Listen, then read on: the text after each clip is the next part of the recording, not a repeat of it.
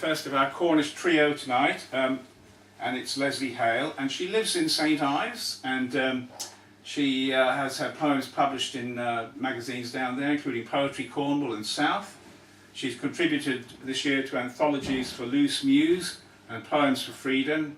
She was here at the Poetry Cafe, I think at Loose Muse in December last year, and we look forward very much to welcoming her to Dodo Modern Poets. Lesley Hale.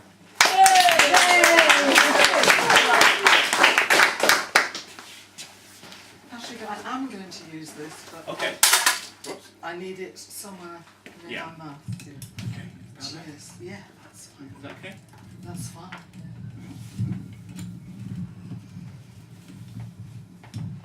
Right, that should be okay. Thank you.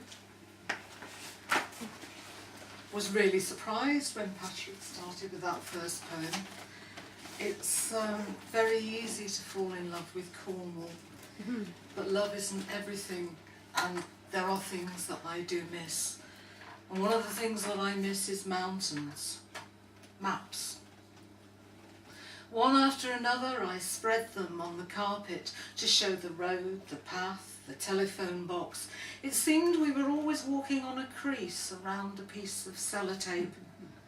Here were earnest schoolgirls, trapped in a snowstorm on the summit of Helvellyn, struggling up from Patterdale to meet the outward bound boys, ambling along the ridge of Striding Edge. Over there is the inn where you and I lay in lines with strangers on the black and white linoleum tiles, exhausted from the cool-ins, bitten by midges and begging for our beer. Just here is the ancient Pennine monument we never once saw from the car during the year of Friday afternoon commuting. Turn left, sharp left, to the Climbers Cafe and pints of tea. Ben Nevis in the rain. There is a special way of folding the great sheets between their pink and yellow covers so that they lie flat against each other in their box again.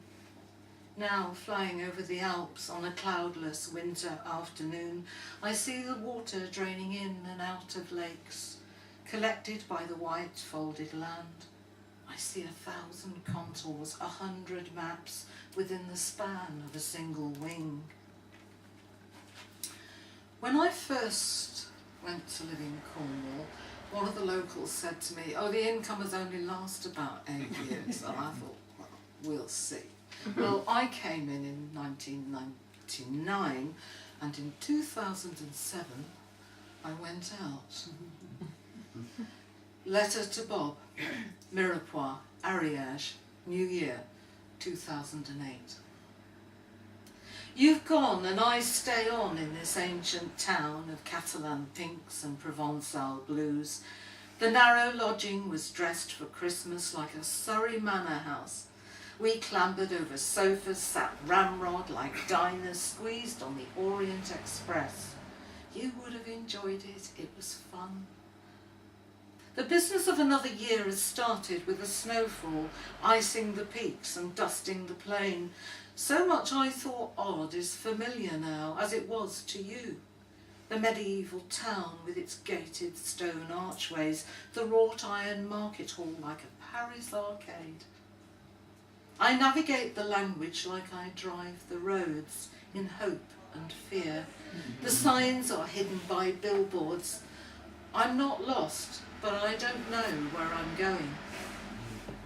I sit in the cold sun of the cafe on the square, spreading the pages of Le Monde, where the words have slipped from a UK broadsheet or a Latin primer.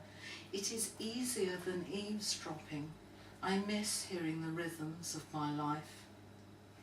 It was brave of you to come all this way, to take trains across Paris and down to the far south, to the Pyrenees. The journey was etched on your bones from your wartime years. Almost nothing, you said, had changed. The colours were brighter, quicker, you said, even to your cataract eyes.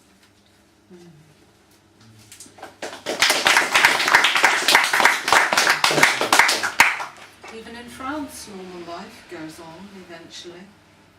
Here's girls. That's not a fox. Not how you do it. You never could get it right. The elder weaves her hands around her younger sister's fingers, making shadows against the bedside light.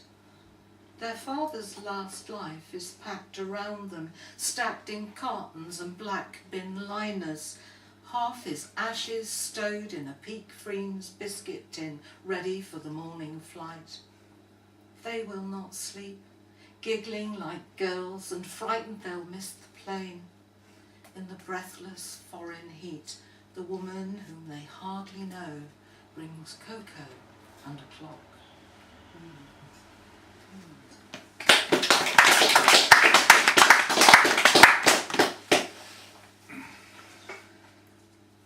I've been impressed by poets who write for their homeland, some of them who have been exiled from their homeland. And when this anthology was put together, this is Poems for Freedom, it was put together to raise funds for the Freedom Bookshop in London, which was firebombed earlier this year. And this is my contribution. And I owe a debt to Keats for the sonnet form, and a debt to Mahmoud Darwish, from whom I stole the first line. Written on the day that America elected its president for a second term. Defending the right to defend their right, they were shut in, shut out, corralled by coastlines, gun borders, walls, embargoed, starved.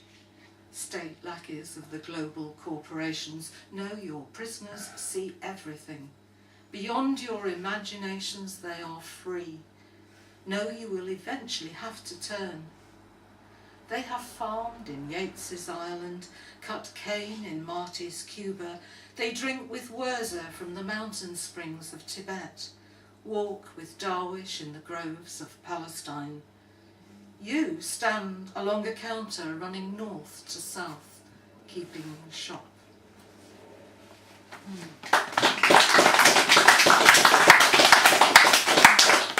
And I'm going to finish with a poem that I have written fairly recently, but it actually goes back 35 years from the journey back from my very first visit to Cornwall. For anyone who cares about these things, it is a pantoum, which is a form of poem I particularly like, because it moves forward a bit, and then it looks back, and then it goes on a bit, and it goes back. And I have to read it quite closely, because I will lose the lines otherwise. Dust. Dust settles. Sitting here by the curbside, sipping Coke from an aluminium can, needing a break from the drive. Sitting here by the curbside, the smell of hot rubber tyres, needing a break from the drive. The length of the country behind. The smell of hot rubber tyres.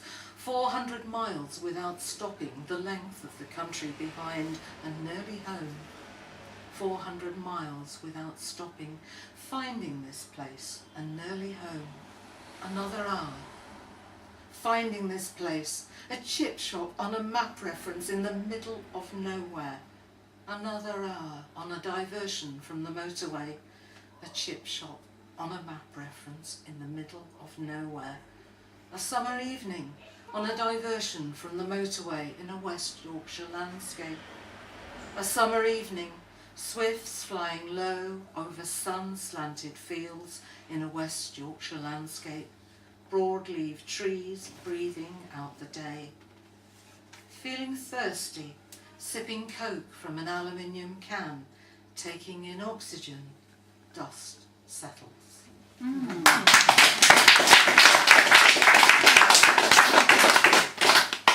Wonderful first set there from Yeah. Lesley, so more applause for Lesley, please.